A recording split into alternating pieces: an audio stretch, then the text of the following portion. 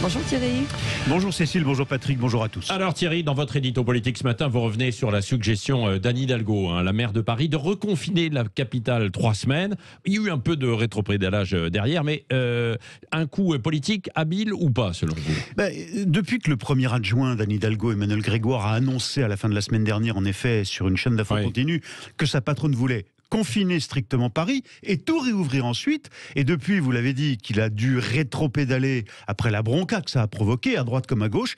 À la mairie de Paris, on reconnaît que c'était une suggestion maladroite et précipitée, que ce ne serait d'ailleurs qu'une hypothèse de travail, mais en rien une demande de la maire de Paris au gouvernement. Et surtout, Patrick, on jure, ces grands dieux, que non, ce n'est pas un coup politique. Oui, qu'est-ce qui vous fait penser le contraire, justement, que ça ressemble plutôt à une opération politique avortée alors? Eh bien, parce que depuis qu'Anne Hidalgo a été réélue maire de Paris, contrairement à toutes ses promesses d'avant municipales, elle n'a plus qu'une obsession, la présidentielle de 2022. Et tout est bon pour tenter de s'imposer comme la candidate d'une hypothétique coalition socialo-écologiste, voire la candidate de la gauche.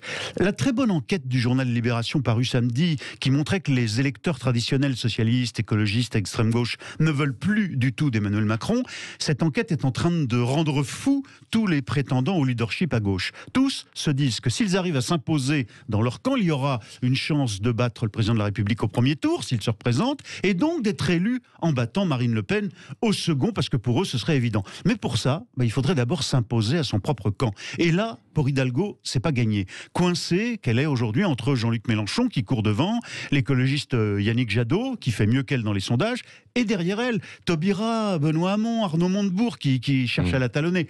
Anne Hidalgo n'a pas encore réussi à s'imposer comme l'unique alternative crédible de gauche au chef de l'État. Du coup, elle est entrée dans une course de vitesse, elle aussi. Elle a entamé, par exemple, vendredi, une campagne électorale qui ne dit pas son nom, un Tour de France des provinces. Et dans la lutte contre la pandémie, elle critique presque systématiquement depuis des semaines le gouvernement.